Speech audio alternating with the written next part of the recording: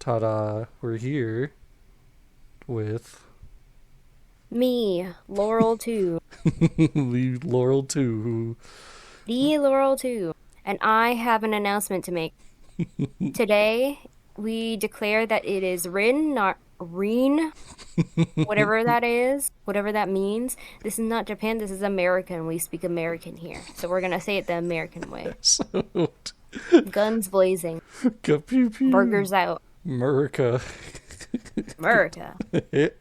So yeah, we're gonna say Rin Tosaka when saying her name, and even though Not Reen toe sucker. even though I did the research, I found two pieces of evidence of Saber and Archer calling her Reen, and your response to that was no. How dare they? So I tried, audience. If that's gonna trigger you, I tried. But we're here now with Rin Tosaka. So Yeah. That's how you say it. so we're gonna try this. It does have a thing at the beginning where it's like, don't record things you're not supposed to. But I'm like, how am I supposed to know what's not supposed to be recorded? So we're gonna try recording this, and we'll see if YouTube allows it. That So is scary. right, but I'm like, well, whatever. It's a video game. It's been out for 20 years, Mm-hmm. but we have finally gotten it after 2 decades. It finally released outside of Japan to America, and they didn't. There was no fanfare. They just announced like, "Hey, it comes out in 5 days," and that was it. Happy birthday. I'm wondering because they remade Tsukihime and they released part of it, and they're working on part two. They remade Witch on the Holy Night. I wonder if this is them trying to gauge interest to see if people would be interested, like if enough people buy this, if it's worth it for them to remake Fate Stay Night. Because it's kind of weird how they just ghost drop this out of nowhere. So that's what I'm. We should totally do those games you mentioned. Yes, we have. I have Witch on the Holy Night for PC. I want to do Tsukihime, but it's not on PC, so I would have to use the play. What? Yeah, his reasoning was like, I want my game to be played on the TV, not on a computer. And people were like, you can just launch it on both platforms, but he didn't care. Nasu did not care. So that's why we haven't done Tsukihime, because I'd have to use the PS Play app. And when we did Final Fantasy 14 Episode 2, that did not work. It kept freezing. So, but anyway, we're here with Fate Stay Night. Audience, demand more Final Fantasy 14. I pushed for it months ago during the Yokai Watch event, and then nothing happened, and I missed my Yokai. So no Jibinyan for me. I was like, I guess we're just not gonna play Final Fantasy Next 14. time, surely. Yeah, maybe next year when Yokai Watch comes back. So for now, we're gonna fan dub this. You're welcome, audience. You get your English dub of the official Americanized Fate Stay Night. And I guess, America, yeehaw. yeehaw, I wonder if Rin has a Western accent. Guess we'll Hmm. find out. I almost thought you said Reen for a second. I almost went back to that English dub pronunciation, but of course that's incorrect. So we'll just. Naturally. So here we go. We'll do the prologue. I think the prologue is Shiro's POV, and then it changes and goes back to Rin. So I'll do this first little bit because I think it's Shiro meeting Saber, and then it goes back in time to Rin. I think that's how it goes. So here we go. Wait, I don't. Or wait, I don't want to load the scene. I want to go from the beginning. Take me to the very beginning. Resume? No. Type Moon presents. The tip of the sword was like a flash of lightning. A spearhead thrust to skewer the heart. Even attempting to evade it was pointless. It was but a flash, too swift for the human eye to follow. And yet, moonlight swept in to save me from the strike that threatened to end me. The sound was beautiful, like the tolling of a bell. No, truth be told, the sound hung over me, heavier than an iron weight. This beauty had little to do with aesthetics. The stark armor wrapped about her was like the frozen night itself.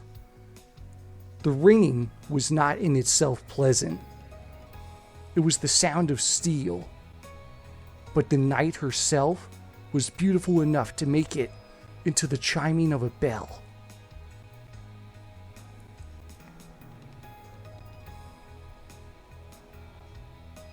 I ask of you, are you my master? Her voice resonated in the darkness.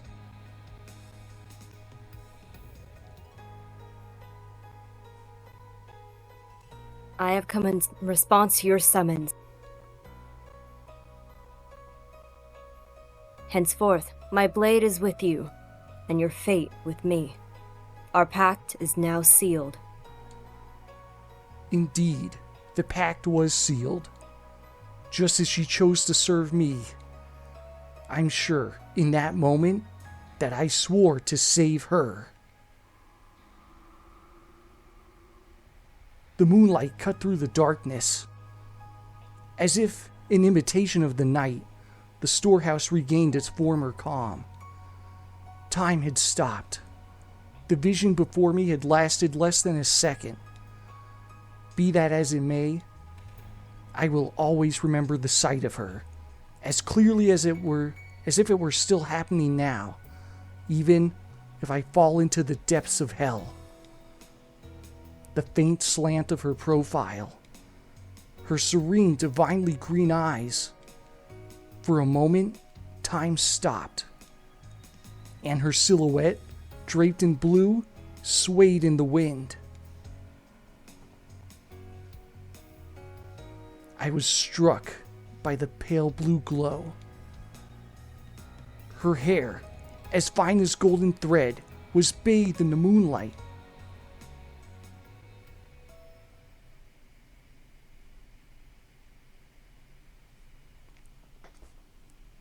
Fate.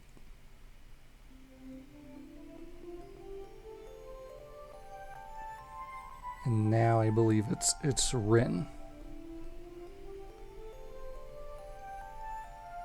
This happened 10 years ago.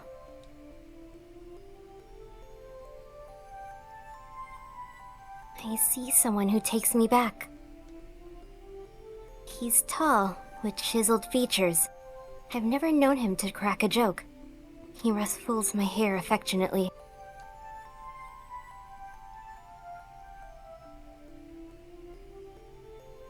No, that's not what this is.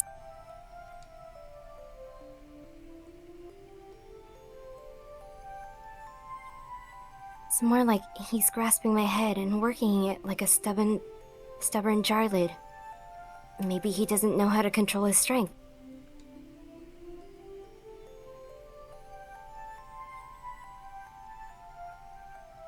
That's only to be expected. It's the first time he's ever done something like this. It's time for me to leave. You know what to do next. I answered yes, in a somber voice. He nodded once, withdrew his hand, and stood up. That's all. Had I known this would be the last time we would ever see each other, I would have done my best to make him laugh with the perfect joke. I'd been practicing punchlines in private, in the hopes of finally seeing a smile crack that stony face. If I have one regret, it's that I never got to tell him any of my jokes. Get the association in your debt before you become an adult. Any decisions after that, I leave up to you. I'm sure you'll manage on your own. So he said, but I bet he was worried about me. He told me about our family's heirloom jewels, the gems passed down to us from our Grand Master, and how to manage the underground workshop. It was a rapid-fire course of subjects he'd never taught me before. Even as a child, I realized that he would probably never come home again.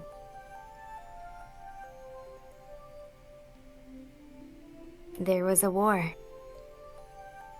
Not a war between countries, but between people. But in this war, there were only 7 combatants. It might not have seemed fitting to call it a war, but having mages involved changes things. 7 mages from different factions competed, but I wasn't sure why. They killed each other using methods I didn't really understand. One of them was the man in front of me. It meant that he would kill, and eventually be killed. I'm sure he felt the ticking of his life's clock even more keenly than I did. Rin. Before long, the Holy Grail will appear. It is the duty of the Tosakas to obtain it, but above all, it is a path we are destined to walk as mages. And with that, he ruffled my hair one last time and left. I never saw him again.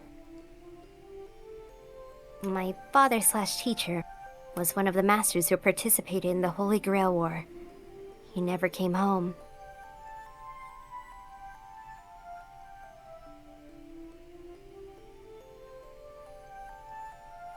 Safe travels, Father. I bid him farewell, as a well-behaved daughter should. I knew I was on the verge of tears, but I didn't let them show. I loved him. He was a great father and an even greater mage. Mages are stubborn people. As far as I knew, there wasn't a more upstanding man in the whole world. As my instructor, he trained me. As my father, he loved me. So, I decided I'd accept the things he left for me and choose my own path. Rin. Before long, the Holy Grail will appear. It is the duty of the Tosakas to obtain it, but above all, it is a path we are destined to walk as mages. In the end, his final words for me were given as a mage, not a father. That's the moment I made up my mind. Alright, I guess I'd better do everything I can to become a worthy mage. It's only natural for an apprentice to live up to her master's hopes. That's how I, Rin Tosaka, grew up after experiencing life's twists and turns. It's been 10 years since my father went off to war. I wouldn't say I've been looking forward to this day, but I am a bit on edge. That goes without saying. After all, that moment which was burned into my memory 10 years ago will soon be upon me again.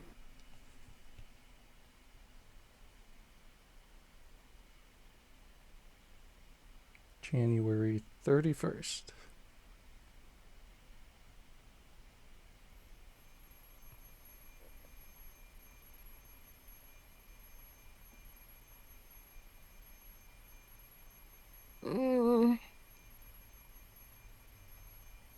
I hear something. Ring, ring. Shut up. Stop. The noise doesn't stop. It's such an infernal racket. It's almost as if it's here to avenge my father. What now? I was up late. Just a little longer. I wish it'd just let me sleep a bit more. In fact, it should. I stayed up into the early hours deciphering my father's will, and I used a hell of a lot of magical energy to do it. I'm totally exhausted, body and mind. Good grief, cut me some slack, would ya? Ring, ring, ring, ring. The alarm clock is deaf to my complaints. What kind of machine makes a noise that seems like its sole purpose is to remind you that you're late? Late? I can't be late. True, but there's a time and place for everything. No matter how much of an overachiever I am, I should try to make it to school on time, at least for today, if only slightly. Oh, right. I set my alarm 30 minutes early, which means I should still be able to sleep another 30. Doesn't that sound off? 30 minutes early. I peer at the alarm clock through sleep-heavy eyelids. The hands point to 7 o'clock on the dot. I usually get up at 6:30, which means I've completely used up my safety margin. Speaking of which, why is my brain so slow in the morning? I glare at the alarm clock for several seconds. I shut off the alarm clock and climb sluggishly out of bed.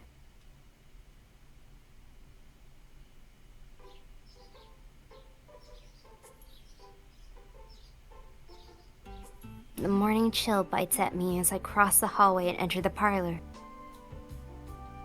This is the final 7 o'clock a.m. in January. Winters in Fuyuki are relatively warm, but the mornings here are as cold as anywhere. Even at home, my breath mists white. It's that much colder without anyone else living here. Heater, heater. I turn on the heater and go wash up. Single living is so inconvenient at times like these. If there was someone else here to wake up before me, then the parlor would already be heated.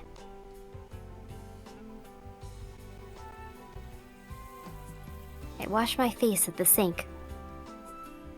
I run a brush through my long hair and get dressed. A chilly morning in a frigid bathroom. The only thing to be said for it is that the cold water mercilessly beats the sleepiness from me.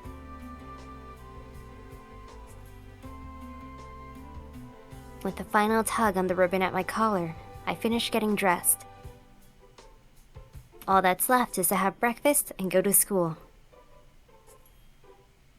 The clock reads just past 7, so my morning rush feels a bit anticlimactic. Oh, I don't even need to run then. Of course, I'd never do anything so uncouth as sprinting to school. The Tosaka family motto dictates that we conduct ourselves with the confidence and elegance at all times. My ancestors must have been some high and mighty aristocrats if that's what we've taught through the generations. The anachronistic mansion I live in is proof enough of that. Plus, the Tosakas are a line of spellweavers who practice what is known as magecraft. We're not just an old family, we have an admirably storied history.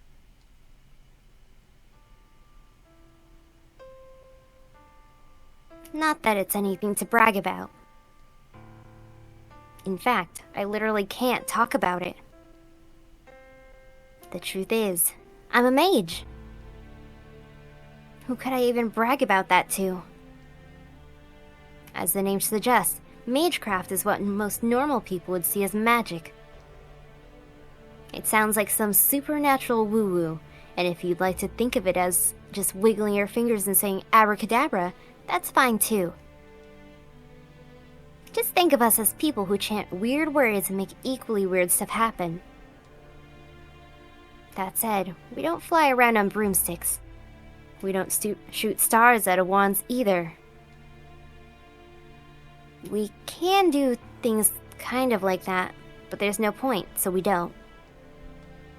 We're pretty much heretics who lurk in the shadows of society.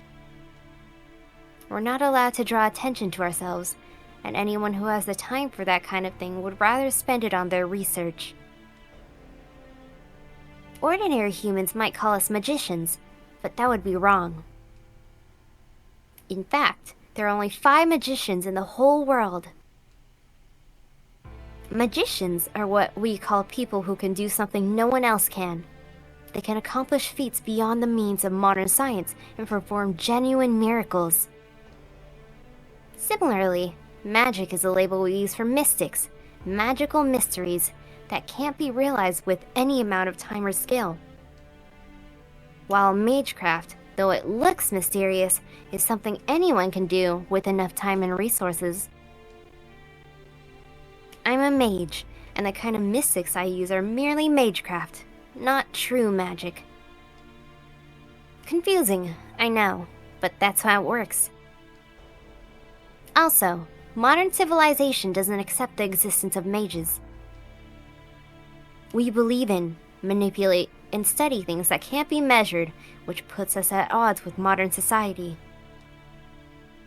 Above all, there's no point to any of what we do. You'd be so much happier just going off to a normal school and becoming a normal adult than you would studying magecraft. Human technology has accomplished great things. For the last few centuries, magecraft has been playing catch-up to the progress of civilization. Nothing is impossible for humanity anymore. Miracles that could only be realized with magecraft in the distant past have been reduced to common tools and appliances. Even so, magecraft does have its benefits. Just as there are some things only science can accomplish, there remain heights only mystics can reach. If science is racing into the future, then mages are racing into the past. I think the Tosaka Grandmaster said that. Whether you're heading into the past or the future, your destination is the same. 0, or something like that. We can shelve the difficult topics for now. Philosophy is for the elderly.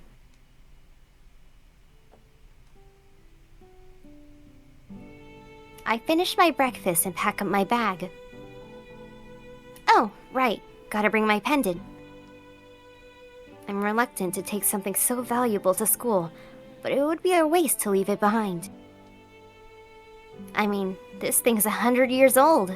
It's by far the most powerful jewel we have. One could even say it is on an entirely different level. I obtained the gem after decoding my father's will last night. It's imbued with 10 years' worth of my own magical energy. I've been told that the Tosaka family has heirloom jewels passed down since the olden days, and this might be one of them. Tosaka mages specialize at the conversion and flow of power. We channel our magical energy into precious gems whenever we have a spare moment. Simply put, I'm the gun, and the jewels are bullets. The other main thing I've inherited from my father is the magic crest engraved into my left arm. A magic crest is proof that I'm the heir to our lineage. It's like all the techniques of the Tosaka condensed into a tattoo. Can't let my guard down, even if it hasn't started yet. For now, I stow my pendant, my father's keepsake, in a pocket. It's my trump card. There's nothing I can't do with the power stored in there. It's 7:30. I'd better leave soon if I don't want to be late for school.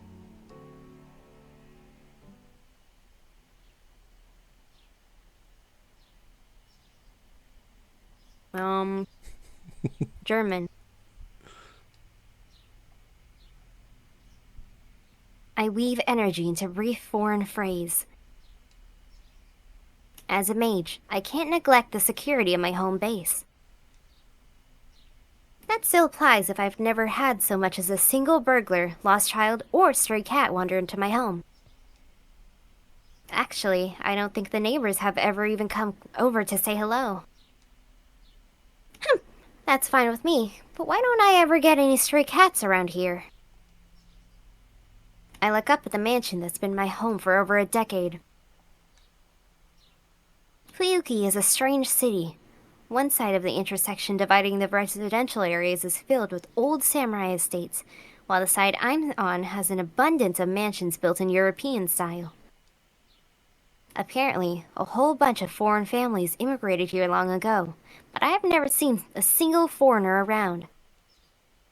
There's even a cemetery for foreigners in Shinto, the new part of a city, across the river, but it was built for the generation that immigrated here. Maybe Japan just didn't suit them. I make a mental note to ask the priest about it next time I visit the church. He's nothing if not full of boring trivia, for sure.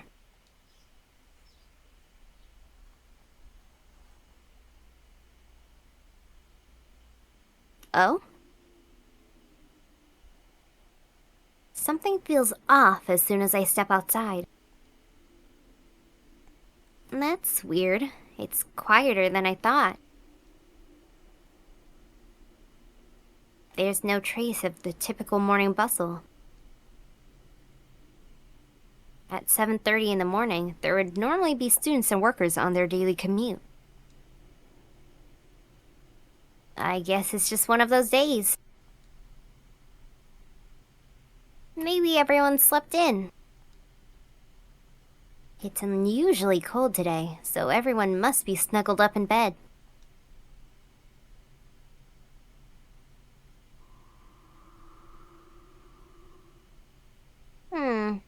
Still, though. Even if that were true, it's strange that there isn't a single student on the street. At this time of day, you'd expect to see at least a school uniform or two. And yet, from where I'm standing at the school gate, it looks like morning club activities are just starting up.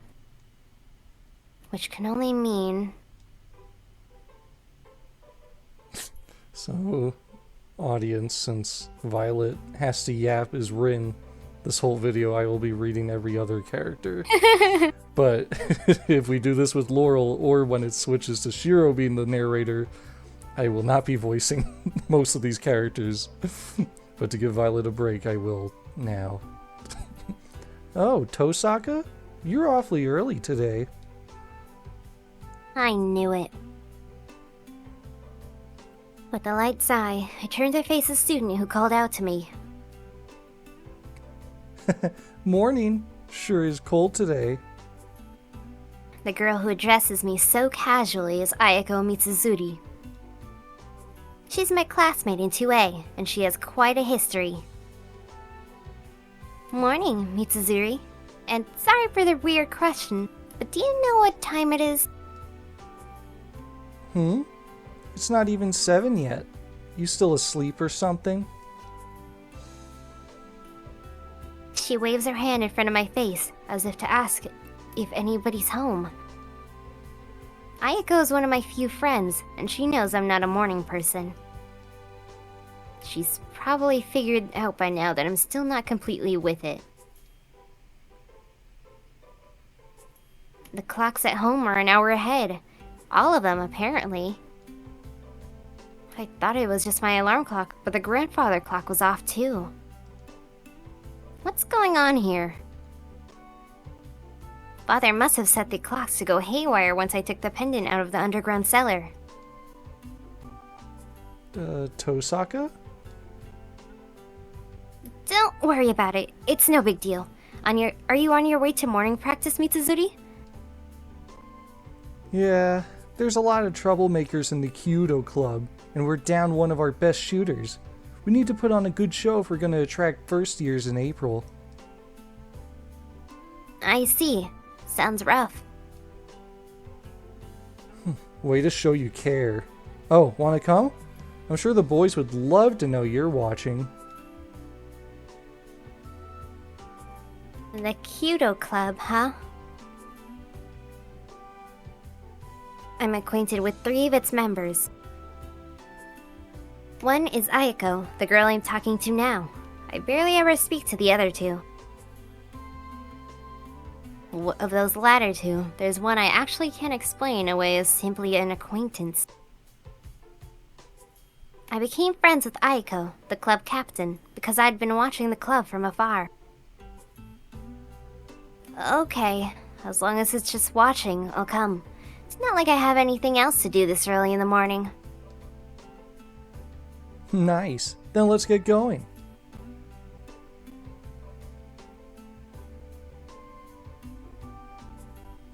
One of our school's trademarks is its well-equipped archery range. The chair of the school board has a passion for Kyudo, traditional Japanese archery, so they built a magnificent range on the campus. It's kind of a waste for a high school club, to be honest. Come on, let's go. There's still time before practice starts, so I'll get you some tea. Aiko tugs on my arm, looking somewhat pleased. If I'm being honest, her brusque way of speaking is a bad habit.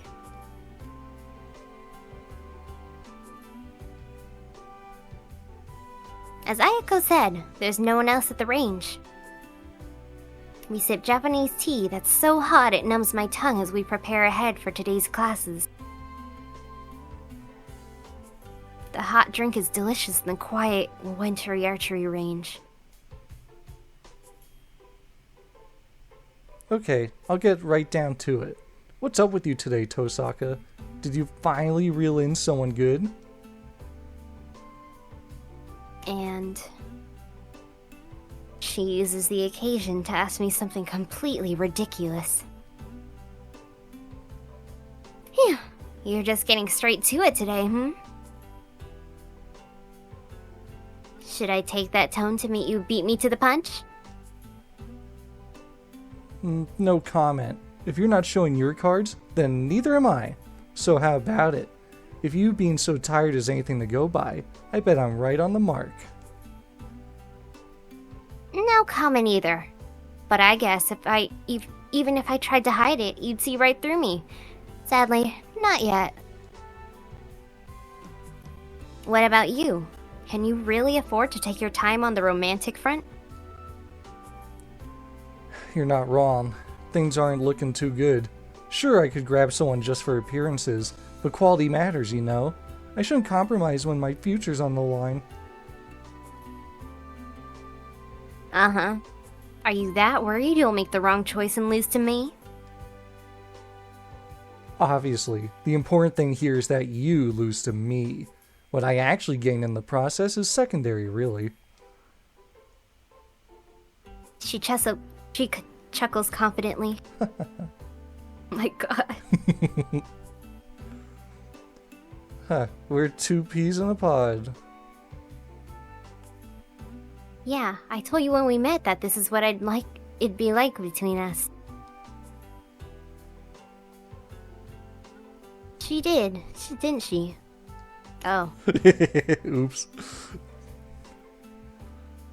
Is that me or you? Let's both say it. Kill or Kill be or be killed. killed. I'm sure that's how how it'll it'll be be between the two of us. I was genuinely surprised to have someone say that right off the bat. I guess it was you. I guess it was me. Translation. Our friendship won't bloom unless we're constantly trading blows. Is what Ayako is getting at. I agree with her, and the 2 years since then, I still haven't figured out whether she's my friend or my nemesis. How did we get on this again? What? You started it, Tosaka. You complained that you never have a boyfriend, so we decided to make it a contest to see who catches one first, remember? Ah, right. That was the deal. We said that whoever loses has to do whatever the winner says for a day, right? Yep. I don't think even kids make deals like this anymore, but we're both sore losers. No matter what happens, the loser has to honor the deal. Gotta say, I'm looking forward to winning. Aiko snickers in delight. My goodness. Aiko Mitsuzuri is, to put it mildly, a handful. I'll admit, I'm looking forward to winning myself, so that goes for both of us. I see. But Mitsuzuri, you can look forward to the future. Don't lose sight of the goal. There's more to our contest than being first to the finish.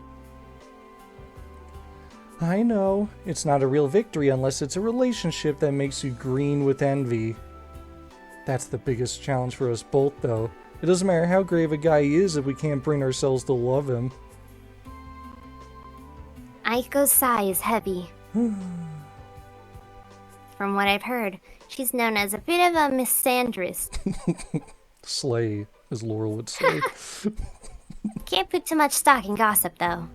That she made this bet at all means less that she doesn't like boys and more that she hasn't found the right person.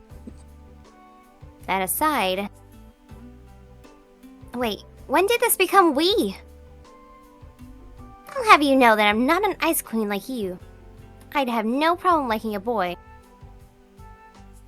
Yeah, not buying it. Maybe you just haven't realized it, but I can't imagine you getting soft on a boy. You're always getting asked out, and you've never once said yes. You'd think that if you were actually interested, you'd at least date a few. I'd say your record speaks for itself. You don't care about boys. You have no imagination at all, do you? What if I already have feelings for someone?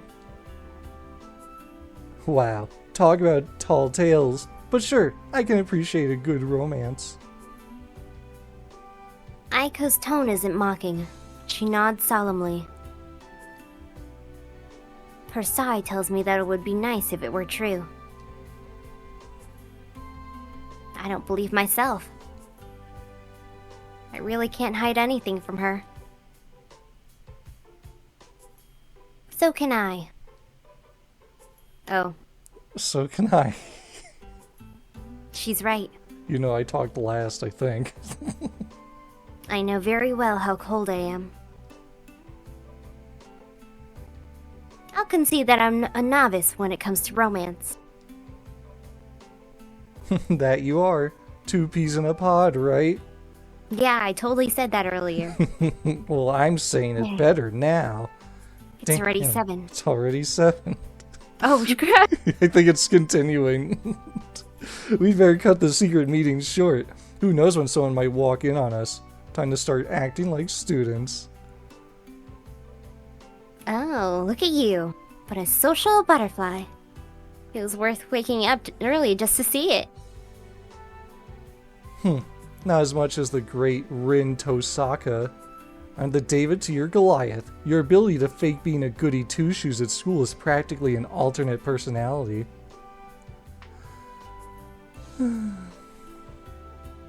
Aiko sniffs exaggeratedly.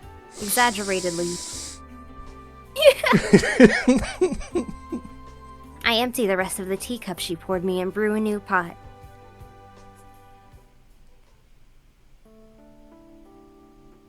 So why not join a club? Don't feed me your usual bull about being unathletic. I still haven't forgotten how you beat me in every fitness test last year. Also, all this music is like redone. It's really weird because I'm used to the old versions. You had me beat in lung capacity, though. And wait. Also, what music are you talking about? We're outside. They're playing it over the loudspeakers. Oh, you're right. Maybe I'm deaf. Yeah, get your hearing checked, Tosaka. Yeah, I gained 3 kilos. Wait, that's nothing to celebrate, damn it. You tricked me. Aiko slaps the table.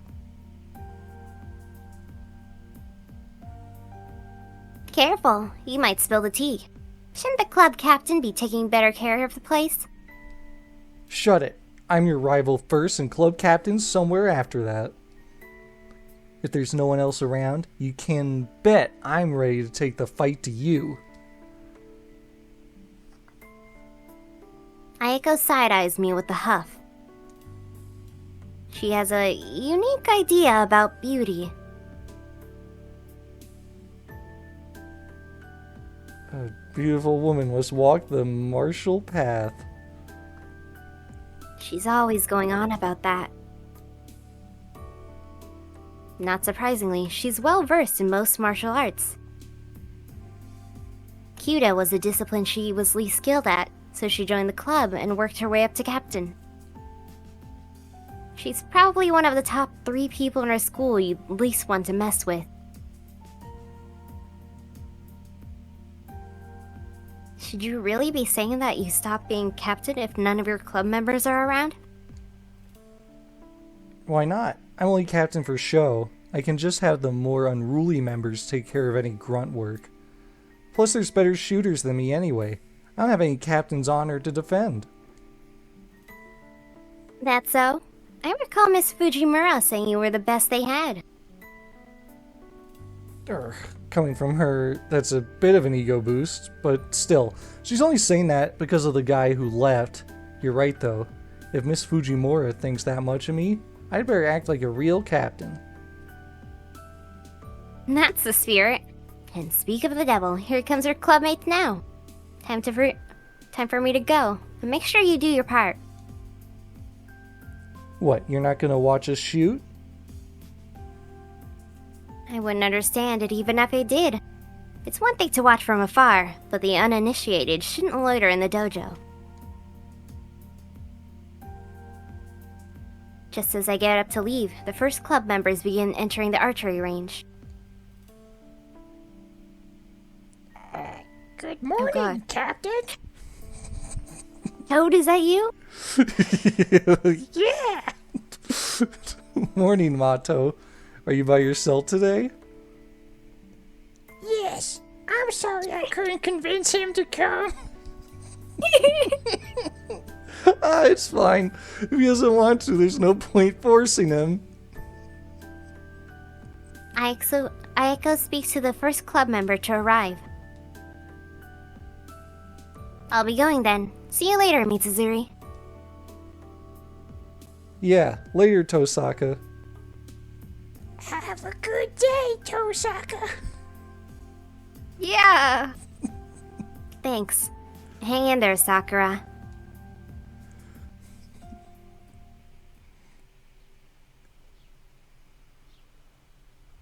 I leave the dojo behind so as not to get in the way.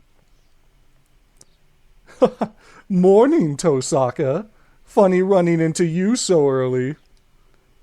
Oh no, and here comes the person I least wanted to see. Good morning, Mato. You're here early. Of course I am. I'm the captain, so I need to set a good example for the first years. Shinji Mato from Class 2C grins at me.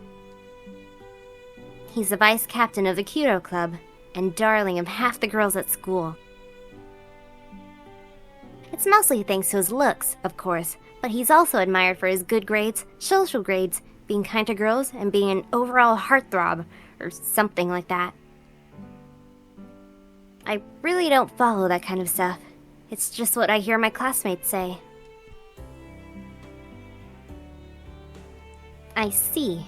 Hate to burst your bubble, but I'm pretty sure you're forgetting an important part of that motto. Try to remember next time. What's that? Vice. I don't care whether you're a captain or vice captain, but if you make a point of leaving it out, people might think it bothers you, vice captain. You're right. I'll keep that in mind. Thanks, Tosaka. Not sure I did anything you should thank me for, but hey, I'm not going to stop you. With that, I turn to leave the range. Well, hang on. You're here to watch, aren't you? You're more than welcome to stay.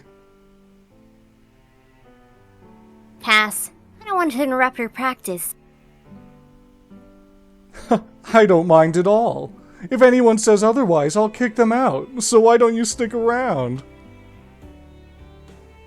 I already said I don't want to intrude. It's not as if I'm particularly interested in Kyudo. I'm not really excited to watch a bunch of people I don't know shooting arrows. What's that, Tosaka? You don't care about Kyoto? Huh. I must just be confused after seeing you watching us after school so many times. I don't know what he's playing at, but he seems to have seriously misunderstood things.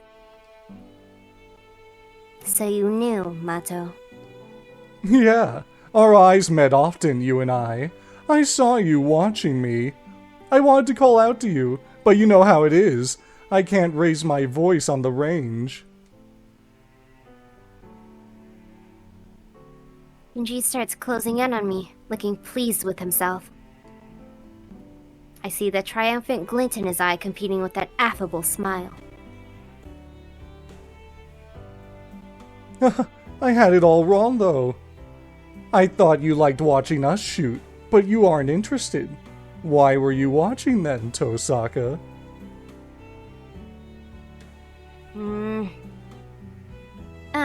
Now I see.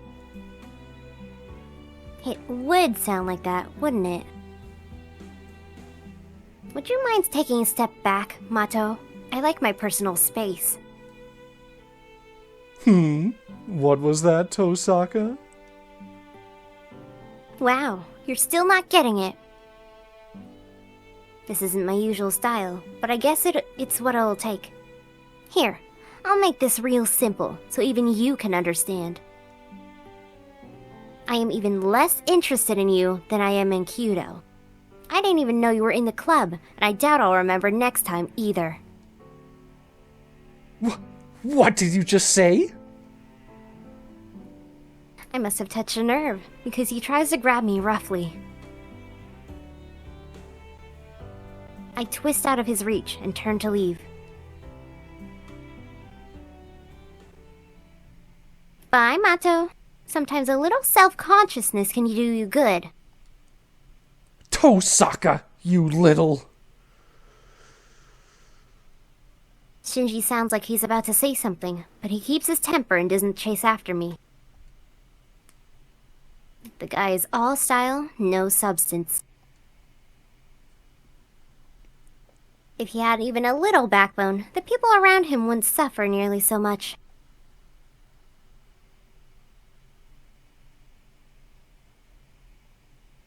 I take the rear entrance into campus from the archery range. It's past 7 now, but there still aren't students in the hallways.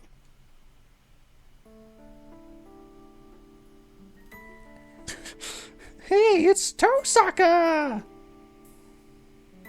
Good morning, Miss Fujimura. Yep, good morning to you. I just love how you're so polite to teachers like me. The strange woman pretends to sob in delight. It may be hard to believe, but this extraordinarily affectionate and happy-go-lucky woman is actually a teacher here. Is there another way to say good morning? Wait, no, I know. There sure are. The first years all greet me properly, but once they're upperclassmen, they stop using my surname. Don't follow their example, alright? Oh, I'm not quite sure I understand, but I wouldn't be rude to you.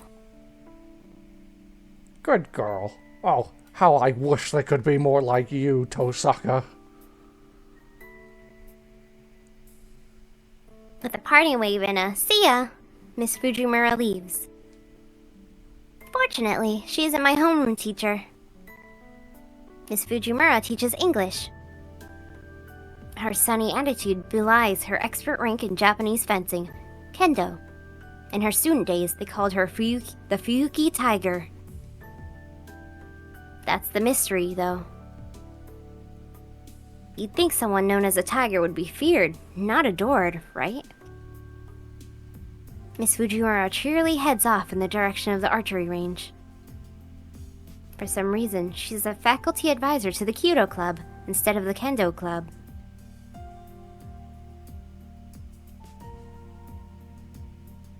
It's just before 7:30. I can see students doing their club activities on the school grounds, but there's hardly anyone indoors. Except... Tosaka. he always blurts out my name like he did something wrong every time he sees me. Well, if it isn't the student council president, it's a little early for patrolling the campus, isn't it? Or are you maybe fixing up the club rooms?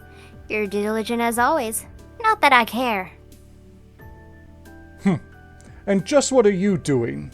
And you're not even in a club, so why are you here so early? I just felt like it. I'm not an early riser like your family, Ryudo.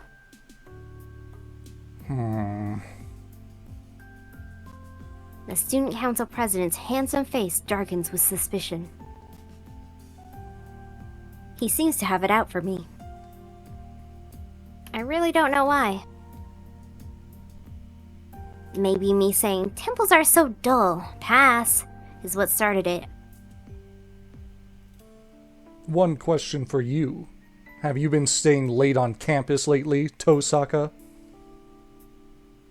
Nope, I'm in the Go Home Club. You know that. Naturally. As the appointed student council president, I'm well acquainted with all of our students' affairs. That's nice. Not sure why you bothered asking then. I hope you're not trying to pawn your student council work off on outsiders. Spy on your fellow students yourself. Don't ask me. It's got nothing to do with me. In what way are you an outsider? Don't think I haven't noticed the way you used your wiles to get your hooks into our treasurer, you vixen. Well, it was uncalled for. Mitsuzuri just asked me to publicize your club budget allocation. Don't the students have a right to know how their funds are being spent? That's all it was to you, wasn't it? The psychological damage you inflicted on the treasurer made her take an entire week off. I shouldn't be surprised to see just how twisted your ethics are. Look who's talking. You ought to keep your staff on a tighter leash. Playing favorites with the culture clubs doesn't seem fair to me. I know that. That's why I was going to audit them myself. Who are you? It's fixed, Issei. Who could it be? Just then, an unexpected visitor makes his presence known. Oh. Sorry, Emiya. You're doing all the work while I'm out here, and I just asked for your help with the repairs. Forgive me. Don't worry about it. Where's the next one? We don't have much time.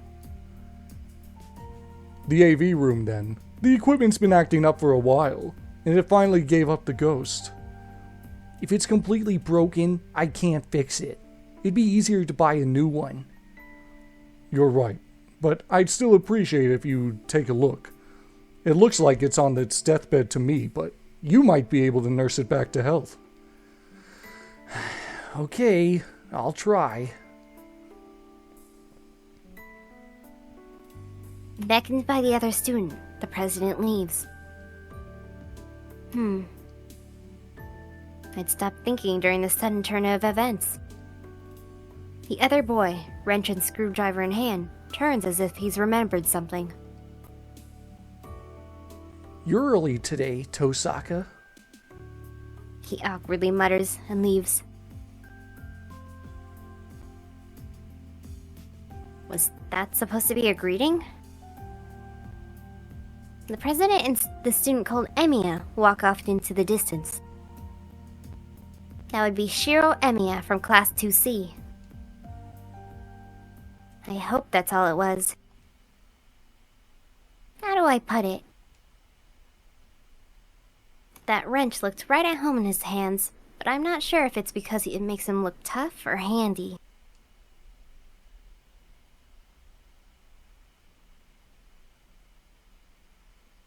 7:30 a.m. There's nobody else in classroom 2A.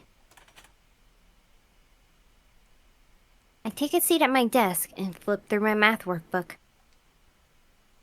There's still 30 minutes until morning homeroom. I've got time to kill until my classmates start arriving.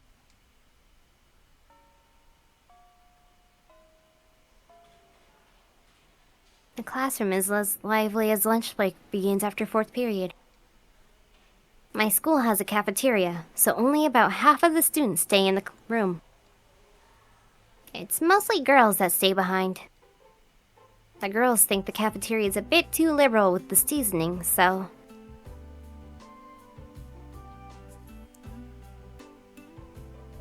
Tosaka, would you like to have lunch with me? We girls tend to enjoy our lunches as a group. I'm sorry, I can't, Sayagusa, but thanks for asking. I'll be eating in the cafeteria today. I overslept this morning, so I didn't have time to make lunch. Of course. Sorry for ambushing you with that. Sayagusa looks guiltily at her feet. Among the refined and well-behaved students of Class A, she's the most demure. For some reason, she's really nice to me. There's nothing to apologize for. Oh. I just didn't have time to make a lunch today. Please, ask me again tomorrow. I let her down as gently as I can and offer a genuine smile. Oh, okay. So even you sleep in too, huh? Perhaps my smile made her feel better.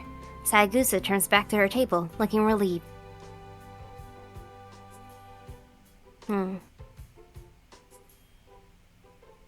She's adorable. Yukika Sayagusa isn't drop-dead gorgeous, but her smile always puts everyone around her at ease. It does happen. I don't let it show, but I'm really not a morning person. I can't get up early enough to be in any clubs. Sayagusa somehow maintains an elegant air even when startled. Watching her reactions is always so calming, but that doesn't mean I have time to just stand here and talk. If I keep up a conversation with someone so disarming, the real me is bound to show herself. I'm off to the cafeteria then. Enjoy your lunch. You too, Tosaka.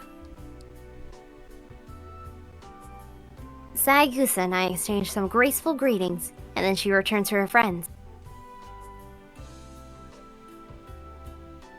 I see that she's eating with Kaede Makidera and Kana Himuro. Oh, right. Wasn't Sayagusa the track and field club manager? Makidera and Himuro are the track and field club's rising stars. Makidera is a bad influence with whom I go window shopping on days off, but I don't know Himuro too well. Looks like you got dumped, Saichi. Told you that Tosaka didn't bring lunch. If you want a hooker, you gotta bring enough food for both of you. Maki, we can't just go to the cafeteria with her too then. Nah, it's too cramped in there to share space with us brown baggers. Plus, it's really annoying how the boys stare when you sit next to Tosaka. Last time we hung out, she hogged all the attention. She's an overachiever and also swingy too. I can't take it. Makidera take hold of Sayagusa's desk as she continues to rant about me.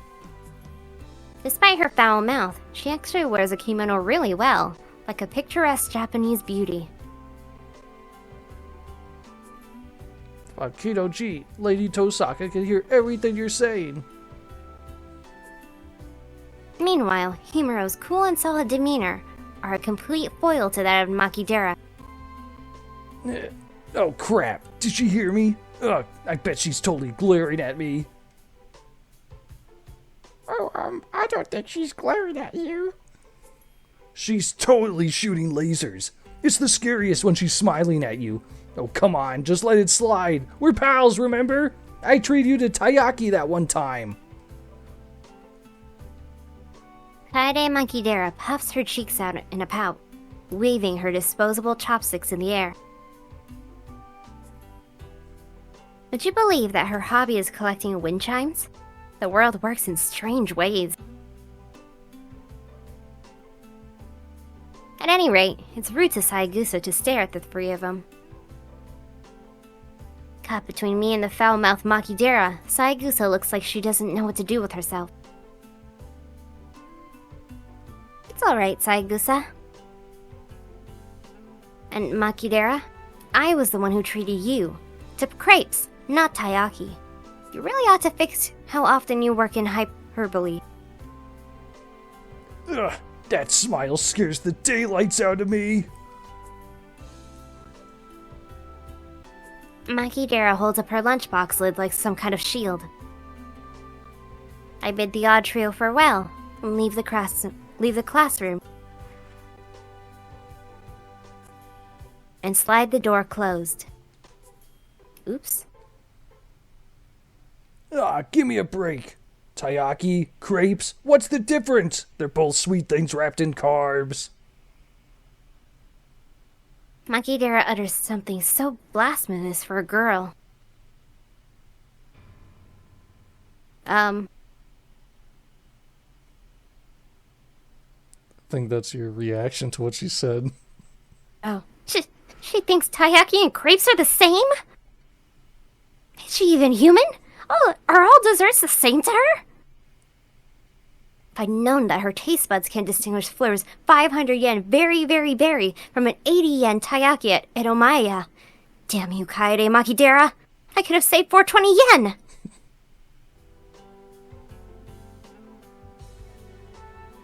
Wow, what am I actually getting upset for? You must still be tired from last night. The cafeteria sounds like a pain, so I'll just buy some bread from the counter and eat on the roof.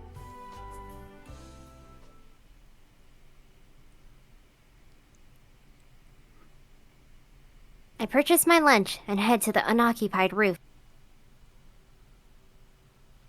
Though it's different in the summertime, during the winter the roof is a convenient place to eat that other students tend to avoid. It's too cold to camp here during lunch, but that's a small price to pay for privacy. Time to eat. I indulge in the tomato sandwich and hot lemon drink I bought from the cafeteria. It's a simple lunch, made all the more delicious by the fact I can enjoy it up here in peace. Phew. I finish the sandwich and sip on the warm, lemony drink. I'm a little tired. It's hard to balance being an overachiever with avoiding human contact as much as possible. As the saying goes, one should be accomplished at both the pen and the sword. It's a point of pride, no, conviction, that I be the top student of the school. I decided that if I was going to be a student, then I would be the very best. I don't want people looking down on the Tosaka name.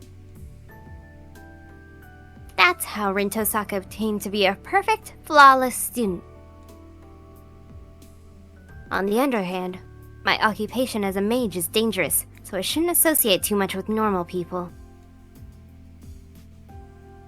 When a mage is discovered by the public, she has no choice but to eliminate witnesses to protect herself. I'd rather not resort to that. That's why I keep my social interactions purely superficial, out of necessity. I only hang out with Makidera on my days off, and I turn down invitations from more sociable people like Saigusa. It's difficult walking the tightrope of being the #1 student at school while making sure I don't become anyone else's #1.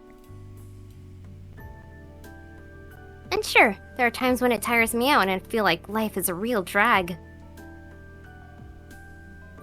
Oh, it's already time? I finish the hot lemon drink and stand up. That's enough sentimentality for today. Time to go back downstairs and become Rin Tosaka again. Hot lemonade on the roof. Where have I seen that before? I wonder. Homeroom is over. Make sure you log your day shifts and lock the doors and windows. If you don't have any club activities, try to get home quickly. Class 2A's teacher gives his usual spiel and leaves the room. As far as I know, he said it exactly the same way all year. Tosaka, are you going home already? Yeah, I had a run-in with Monto this morning, so I want to leave before it gets out of hand. Haha, I figured. He sure had a temper this morning. You must have put him through the ringer. Did he now? Sorry for the trouble. It wasn't really. Mato's always hard on the younger students. It helps them build character. Glad to hear it. I'll make it up to you later. Sure. I hope it doesn't put you off. Stop by again sometime.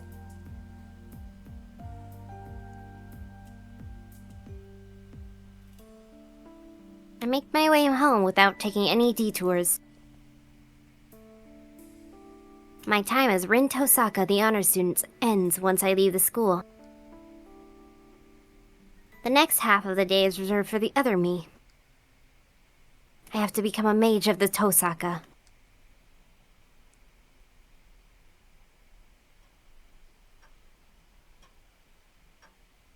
When I arrive back at the house, I'm greeted with the pulsing light of my answering machine. Voicemail? That's rare. Figures, it's Kirei.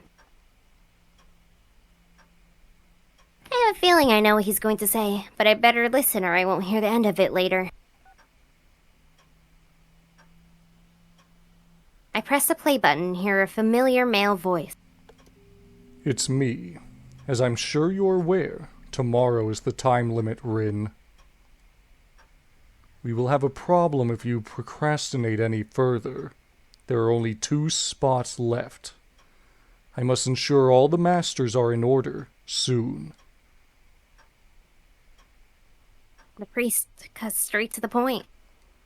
If you plan to forfeit your rights as a master, let me know by today.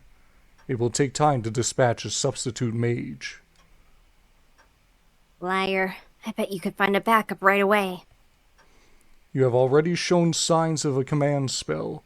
Promptly summon your servant and bind them to it. Of course, it's a different discussion if you choose not to take part in the Holy Grail War. If you fear for your life, then come to the church with all due haste. The voicemail ends. It was a clear message in simple language. If you're going to fight, then be ready by today. If you aren't, then retire, because you're in the way.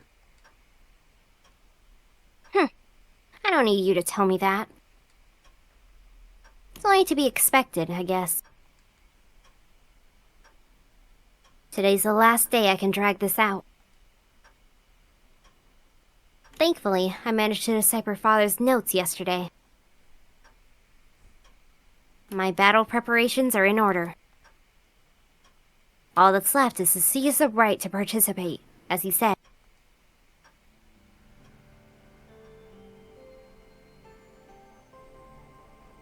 The Holy Grail War. A fight to the death over a single chalice.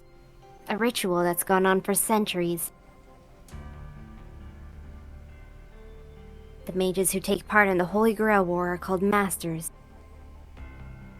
It doesn't denote a rank of any kind. It merely describes their role. There's a condition to participate in the Holy Grail War. You must summon a familiar called a servant and form a contract with them. Regardless of your skills as a mage, you are not recognized as a master unless you command a servant. There's a clear difference between servants and normal familiars. The way you summon a servant and use them are different. Mages who to fight in the Holy Grail War prefer summoning catalysts, but I wish Father had left me something with a connection to a saber. I don't own any relics with a connection to a servant. I can summon one, yes. In fact, I could do it right now if I wanted to, as well as form a contract. This town's ley lines are under the jurisdiction of the Tosaka. I'm the heir to a clan that's administered the land for generations, so my performance will not take a backseat to some visiting mage. Although, while that is true, it'd be awfully incompetent of me to embark on a figurative voyage without a compass. Servants are drawn to symbols. To summon a powerful servant, one needs a symbol with a connection to that servant. In other words, I need some outrageously valuable item, like a sword or piece of armor that a servant owns, or maybe a bone or heraldry related to them. I had such big hopes for Father's will. No, he still did leave me a serious trump card.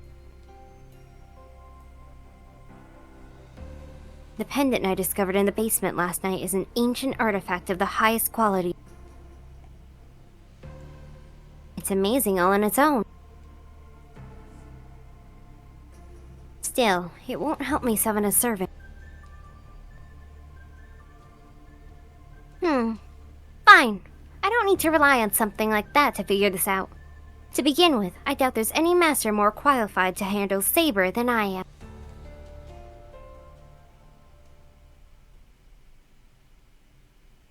Alright, I've made up my mind.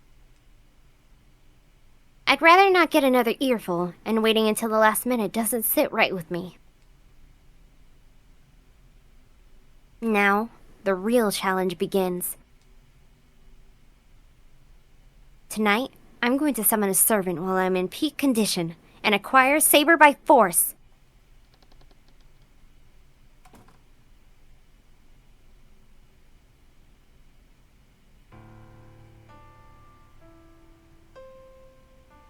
Late night. The clock reads almost 2 a.m. This is the period where everything lines up. My condition peaks at 2 a.m. sharp. In terms of limits, this will be my first and last chance, so I can't afford even the slightest mistake. Withdrawal within elimination. Engrave 4 circles of withdrawal and surround them with the summoning circle. There.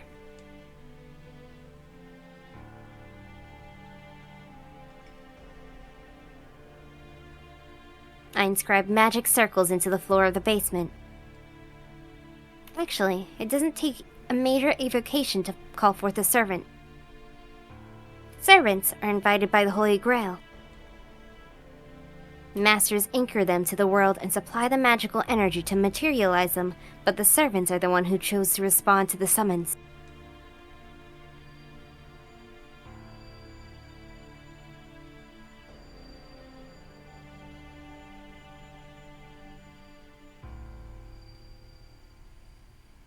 For the elements, silver and iron. For the foundation, stone and Archduke of Pacts. For the ancestor, my great master, Shrinorg. Raise a wall for the wind that shall fall. Close the gates of the 4 directions. Come forth from the crown and follow the forked road leading to the kingdom. Still, I need to keep cautious and focus. Magic circles are normally drawn with blood, but tonight I draw mine with melted jewels. I'm using up half of the jewels I've accumulated over my lifetime, so I'll never financially recover from this if it fails.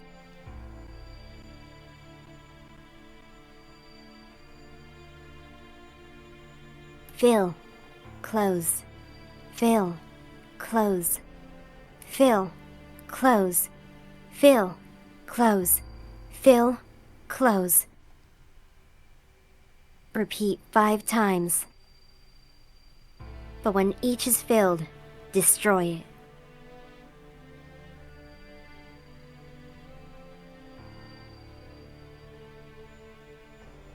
It's almost 2 a.m. I finish drawing the summoning circle passed down through the Tosaka line and face it with all my being. Anfang, set.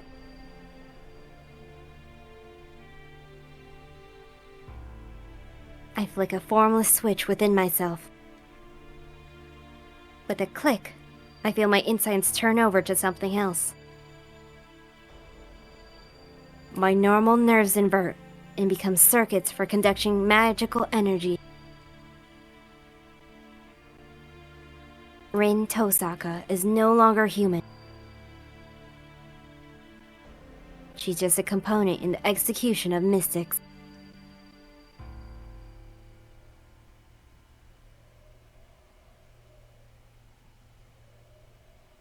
I melt from my fingers.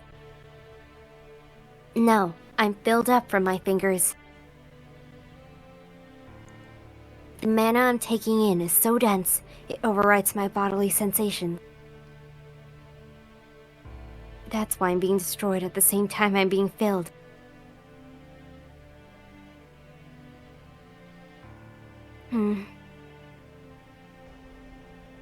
Running through my body is the power, mana, from the atmosphere. I convert it into a different type of energy through my body's circuits. A mage's body is nothing but circuits. Circuits to connect the ethereal to the material. The mystical outcome we produce is what we call magecraft. My body grows hot. It seems like horns are growing from my forehead. It seems like wings are sprouting from my back. It seems like scales are covering my hands. It feels like there's water pooling around my ankles. Sweat drips. Stab. Stab. Swords pierce my body. These are the stigmata that reject my body, which becomes a circuit. No matter how gifted a mage is, we're only human. In a human body, the pain is something we must live with whenever we use magecraft.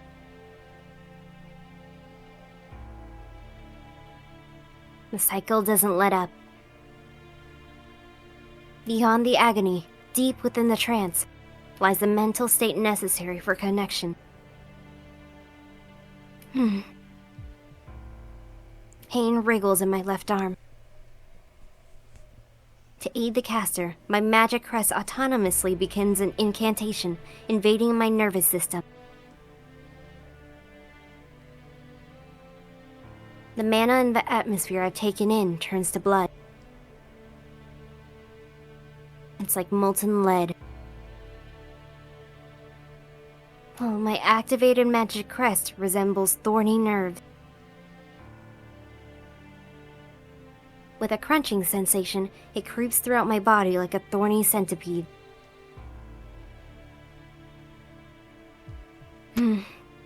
Within the hurt, I forget myself.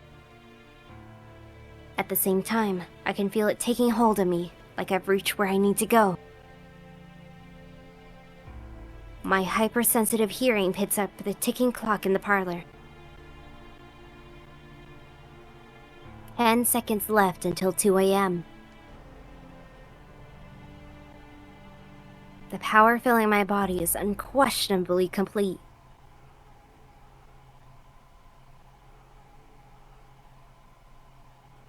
Heed my words. Time to begin. I convert the mana I've collected into magical energy for fixation. All that's left is to feed all that energy into the engine, the summoning circle, until my body runs dry. Heed my words. My will creates your body, and your sword creates my destiny. If you heed the Grail's call and obey my will and reason, then answer me.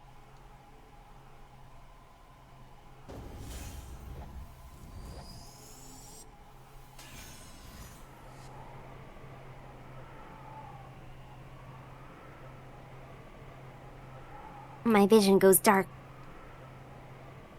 What lies before me now is the fifth factor, said to be imperceptible to the naked eye. My vision shuts off on its own, fearing what it might see. I hereby swear, I shall be all the good in the world. I shall defeat all the evil in the world. 7 heavens clad in 3 great words of power. Come forth from the circle of binding, guardian of the scales!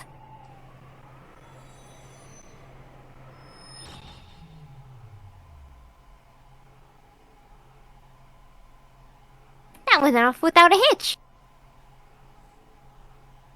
It feels so perfect, like I'm reeling in a whale with a fishing rod. Flawless. I'm positive I just drew the strongest card. I can't wait for my vision to return. It'll take a few more seconds, but when it does, I'm sure the strongest servant will.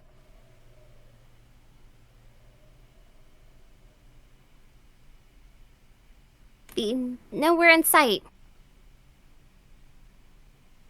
Huh? Nothing's there. The room doesn't look different at all. I spun that much either into this ritual, only for absolutely nothing to materialize. On top of that, I think I just heard something explode in the parlor. Why?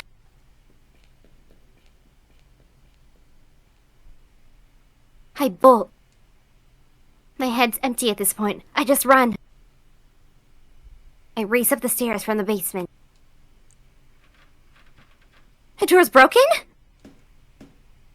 The door to the parlor is askew off his hinges. There isn't any point in turning the doorknob.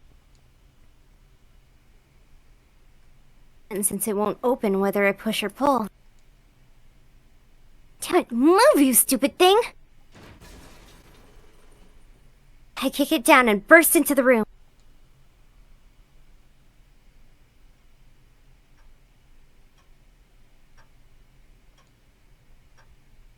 And the moment I enter the parlor, everything becomes clear.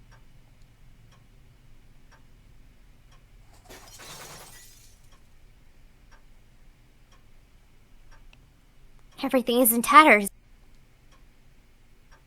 Rubble is strewn across everything, as if something has fallen through the ceiling. On top of it all sits a man cocking his head arrogantly. He must be some kind of criminal. But something graver draws my attention. The grandfather clock, having escaped destruction, tells the time precisely. Now I remember. Right, of course. The clocks were an hour ahead today, weren't they? Which means it's 1 a.m. Still a full hour left until I'm in peak spellcasting form. I screwed up again. I can complete tasks as well as anybody else, but suffer from the curse of my genetics. When it really counts, I somehow managed to bungle things on an unbelievable level. What's done is done. Just gotta learn from this. I can't believe my own stupidity. Still irritated, I direct my glance at the man lounging haughtily on the rubble. So, what are you?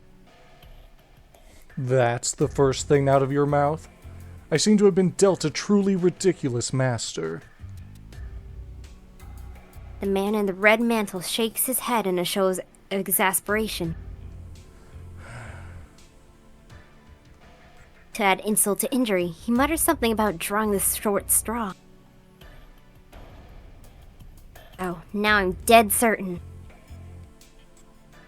This guy has a messed up personality. And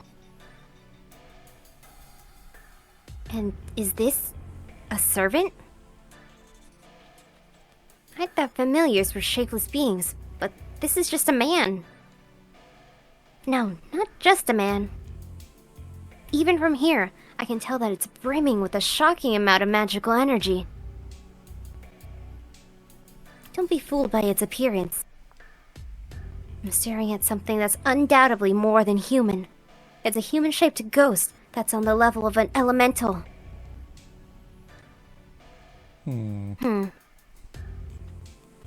This is no time to be dumbstruck. That thing belongs to me. I need to get my head in the game. Just checking, but you are my servant, right? That's what I wanted to ask. Are you even my master? I've never been summoned so violently before, and honestly, I'm still struggling to get my bearings. It's my first time too. I'm not answering questions like that. I see. But you weren't here when I was summoned. Care to explain why? Are you serious? You're no baby bird. Don't joke that you can't decide who to serve if they aren't there when you open your eyes. The unidentified servant frowns and a grunt escapes his lips. Maybe he didn't like the way I said that, though he has a mixed reaction, as if still impressed by the logic in my words. Whatever. No, it's you. Whatever. What I'm asking is if you're my servant and no one else's. I don't have to answer any of your questions until we make that clear.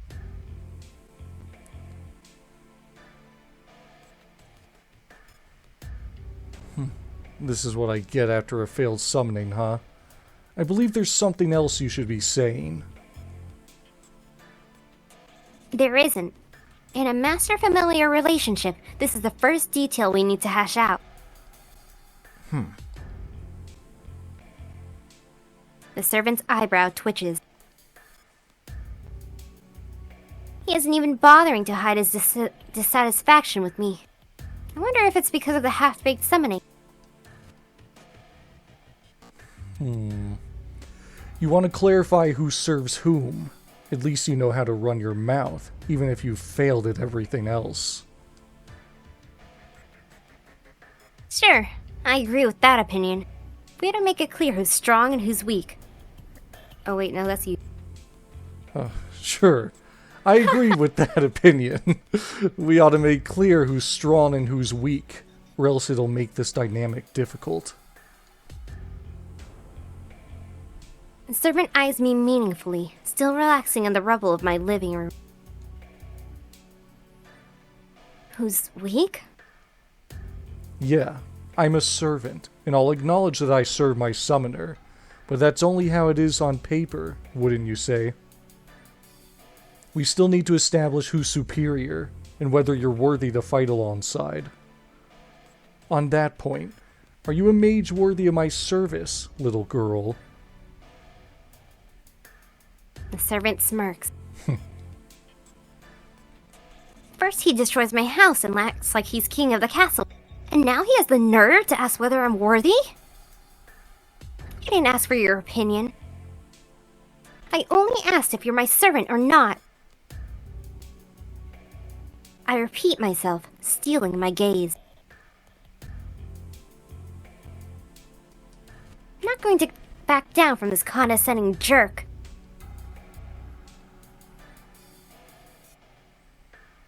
Oh, I see. You won't even deign to answer such an obvious question. At least you've got spirit. You can talk the talk, but can you walk the walk? Like I said, you're getting ahead of yourself. It's a summoner's duty to confirm this first. Now answer me. Are you my servant or not? I step forward aggressively, ready to pounce depending on his answer. Such a stubborn girl. We'll get nowhere at this rate. Very well, for discussion's sake, let's assume that I am your servant. In that case, are you my master?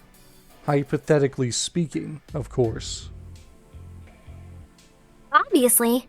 You're the servant I summoned, so who else would it be? I glare at this rude man, giving my seething head a moment to cool down. Oh, well, I suppose I would be, hypothetically. Then, where's the proof that you're my master? The servant blithely asks, smirking all the while. He's clearly trying to goad me with these questions into losing my temper. Right here. This proves that I'm your master.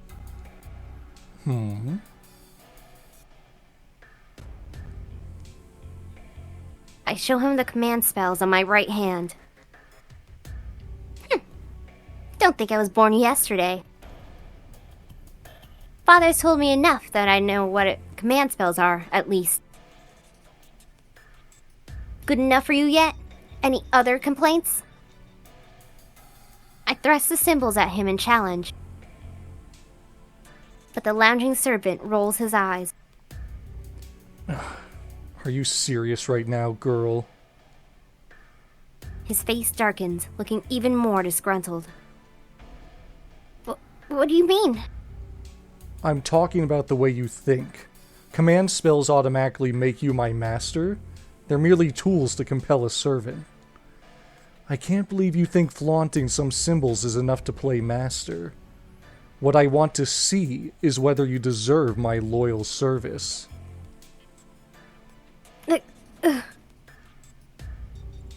That makes sense, but normally you'd think of command spells if anyone asked for proof you're a master, right? What? You think I'm unqualified to be your master? I wish that were the case, but unfortunately, your command spells show that you summon me. As hard as it is to believe, you appear to be my master. He shrugs in mocking exhaustion.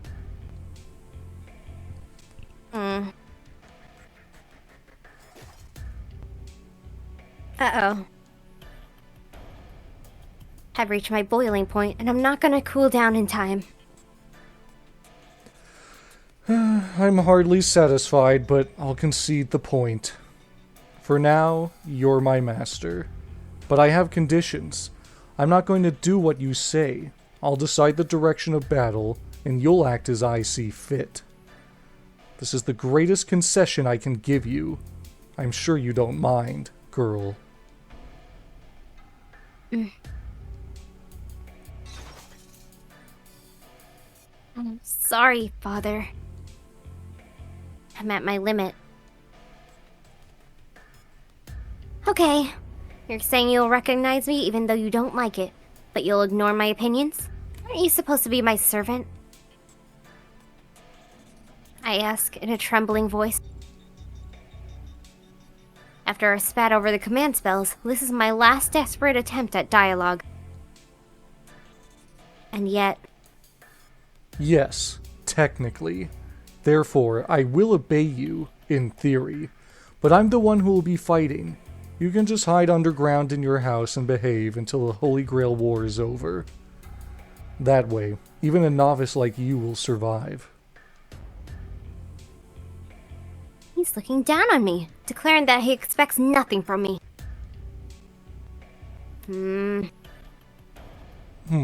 Did I make you angry? Of course, I respect your position. I was summoned to bring my master victory, after all. My victories will belong to you, as will any spoils of war.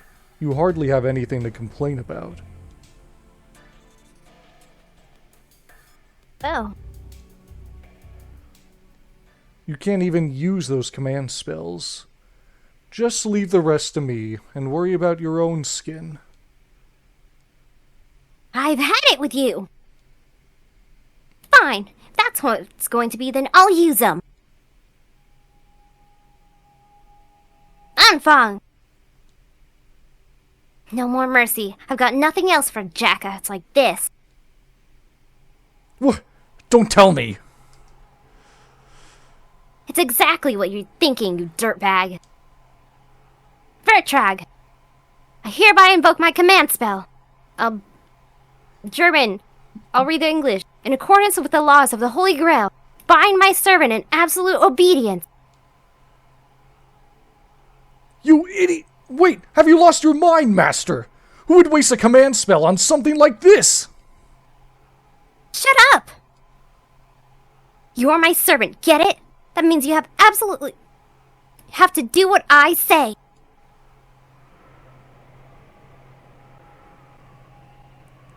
The emblem on my right hand aches. 3 command spells. They allow a master to issue 3 unbreakable commands to their servants. Did you even think this through? If you used a command spell on such a vague order... Ugh, it's too late to whine now. I didn't expect this to happen either. I want to die of self-loathing. Can't believe I just burned one of my precious command spells in a petty squabble.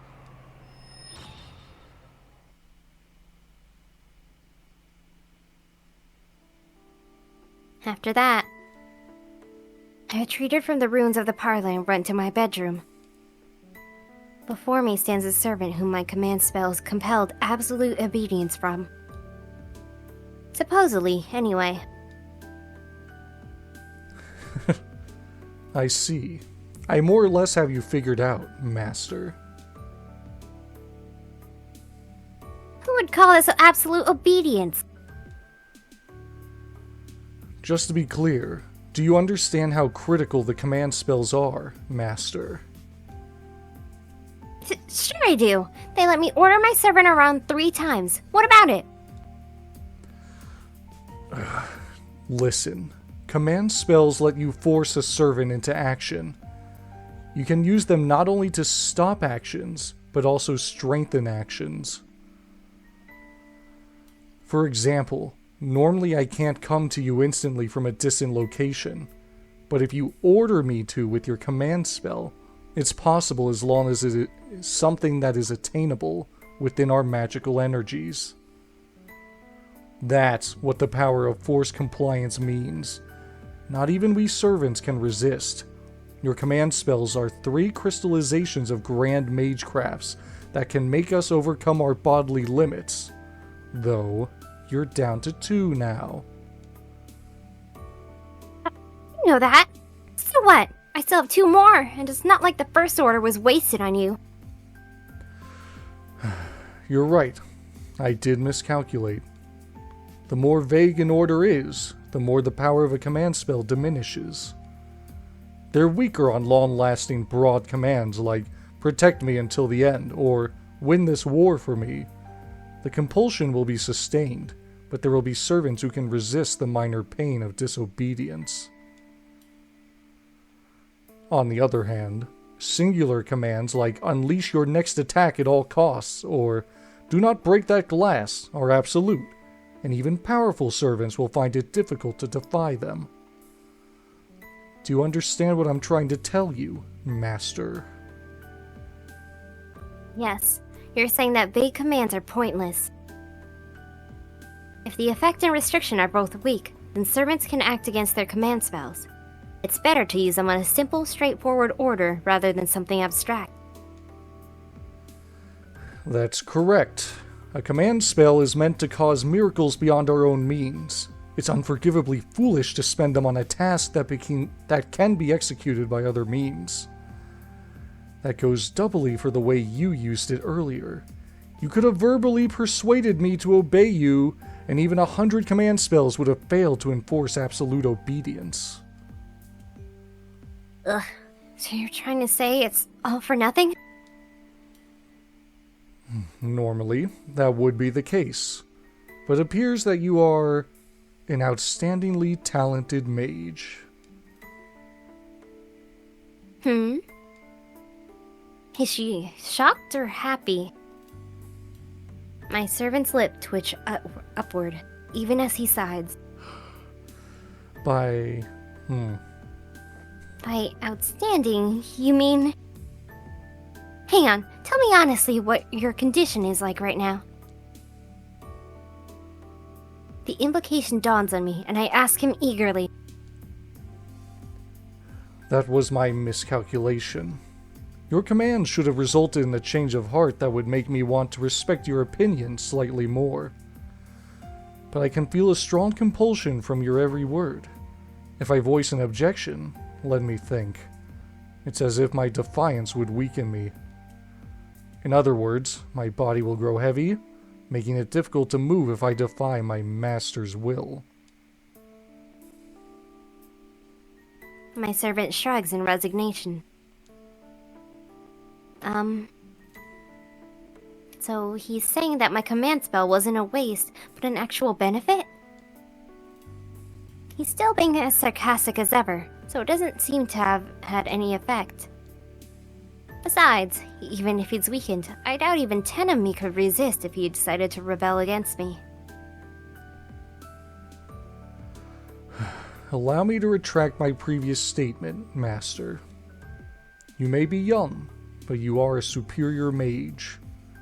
It was my mistake for underestimating you as a child and trying to keep you out of the fight. I apologize for my rudeness. The servant straightens his posture and gives me a formal bow. Wait, hold on. I know we said a lot of things to each other, but it's not like we need to make up after. Is that so? Good. I'm glad you're so understanding. Awfully quick on the uptake, aren't you? I indeed miscalculated, but this must be what they call a happy accident. I have no qualms bringing a mage of your talents into the war. Huh? Is this his roundabout way of saying I'm a strong master? So, you'll recognize me as your master, even without the command spells? Of course. I was still getting my bearings after the summoning earlier, but now we're completely connected. As a mage, you should be able to feel the bond of our pact. Our pact?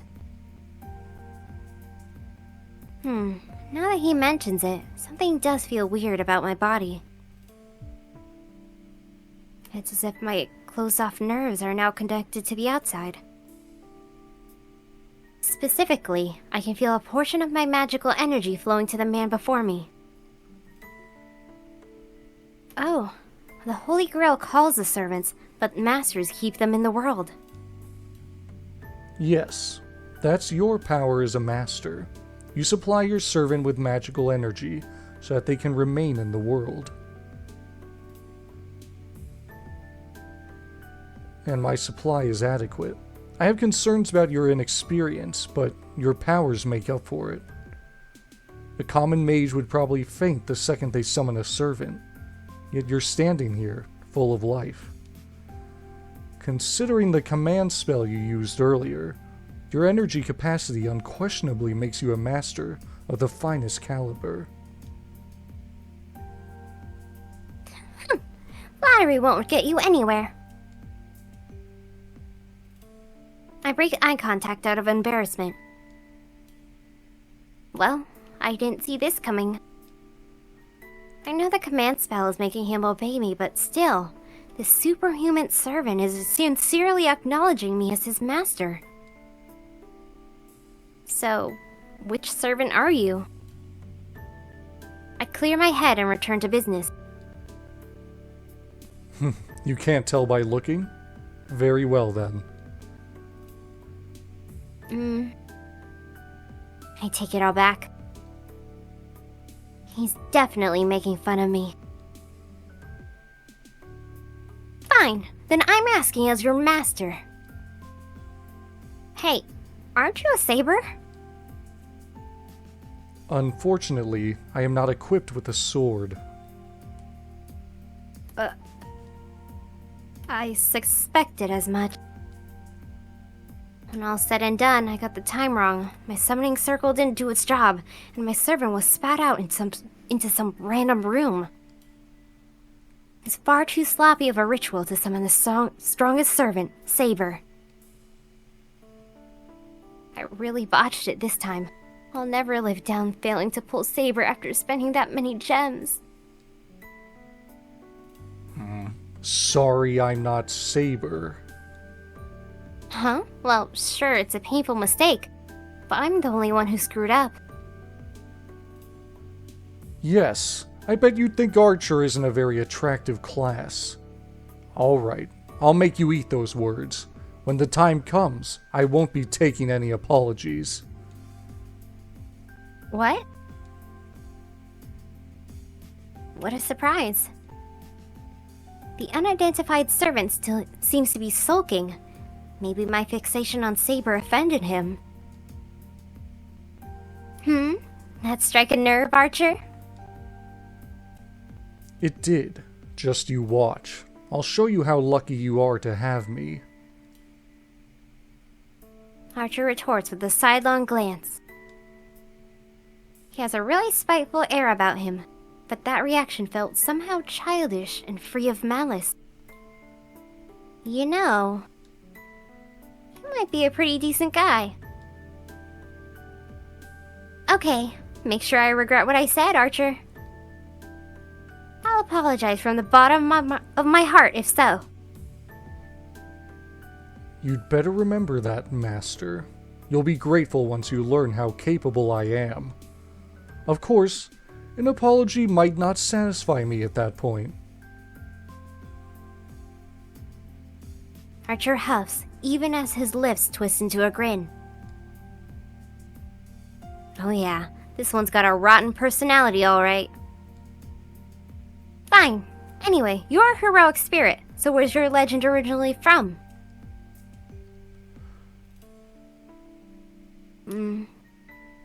Archer doesn't answer. His sardonic expression is replaced by a deepening frown. Archer, your master just asked you a question.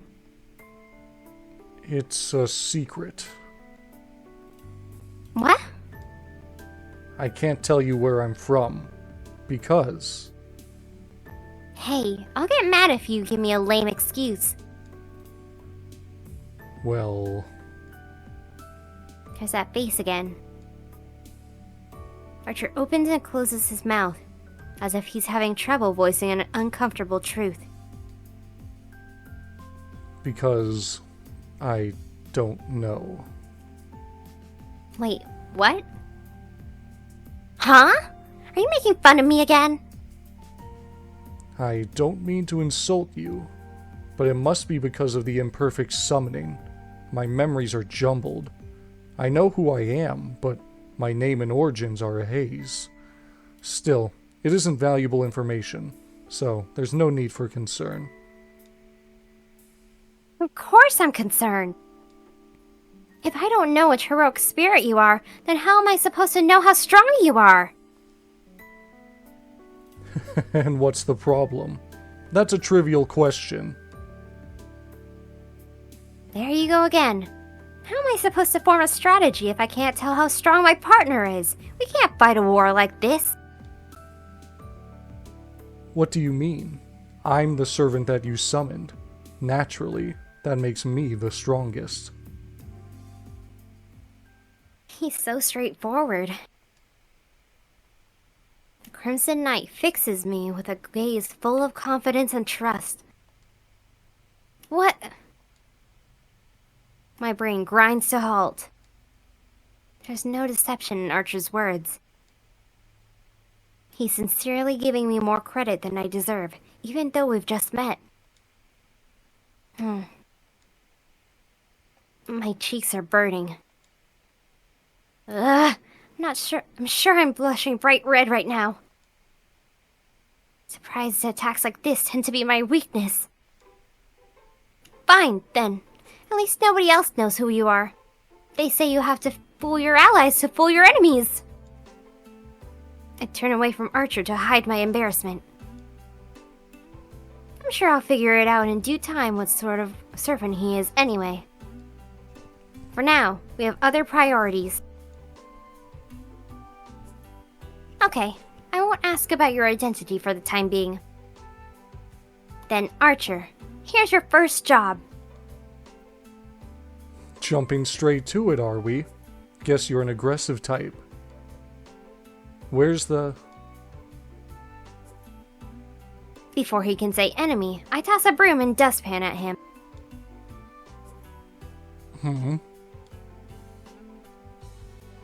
Go clean up the mess you made downstairs. A few seconds pass in stunned silence. When Archer finally regains his senses, he grips the broom indignantly. Wait, what exactly do you think a servant is? A familiar, right? A little uppity and hard to deal with, though.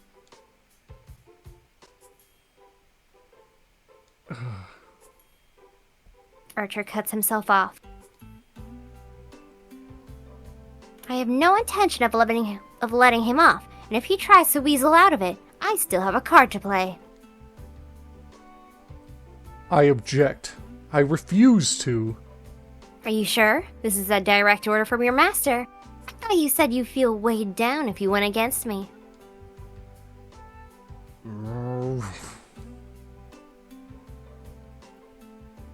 It's too bad if that's too much for you to handle, but the penalty will continue until the parlor's clean, you know. Won't that pose a risk to you when we start fighting tomorrow?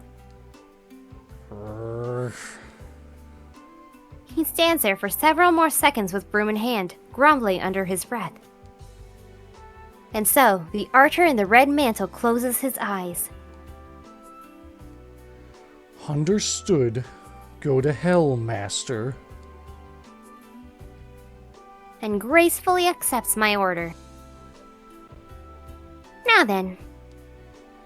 It's getting late, so I should rest. I can decide how to deal with him once I wake up.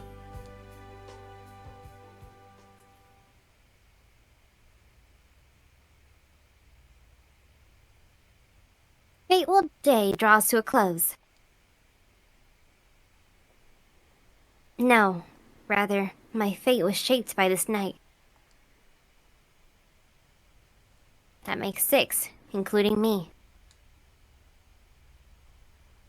Once the 7th and final master summons their servant, the Holy Grail War of this generation will begin. In the not-so-distant future, the battle I've been waiting 10 long years for is about to commence.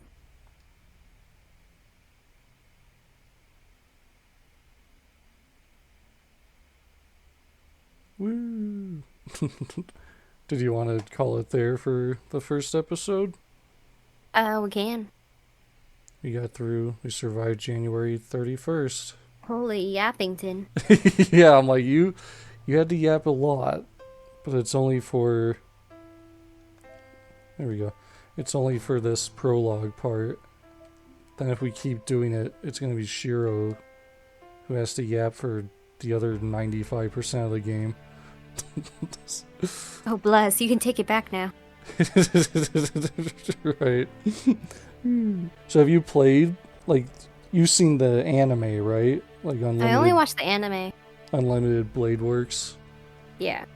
So, I did a good job. That was like the first episode we just played through pretty much of the anime. I think. I forget. I think it ends when Archer gets summoned. Yeah. So. The end is a lot longer. Yeah, the thing is with the visual novel, they're like, well, let's have Rin's entire day, every single thought she has. So, but woohoo, we did it, and I don't think there's anything copyright that'll stop it from being uploaded, so we should be good. So, enjoy, audience, episode 1. Wait, is this like the original VN?